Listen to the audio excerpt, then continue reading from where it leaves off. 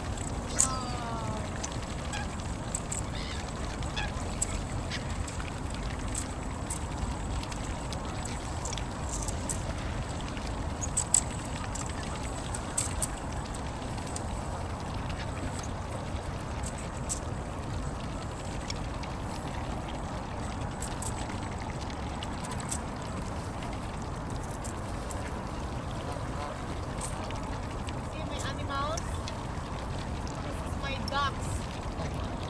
It's not my own, but eating them.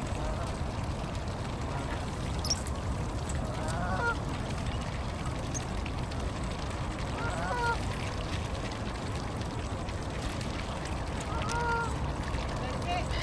That's all my food for you guys. Have fun and enjoy. So that's guys. I'm done feeding my birds. Actually, it's not my birds, it's a nature's bird. So I just feed them. So it's, if you can see them, it's so nice when you watching them on the ice because there's a frozen as well. It's like they're having is ice skating. So that's it guys. I hope you enjoy. So bye.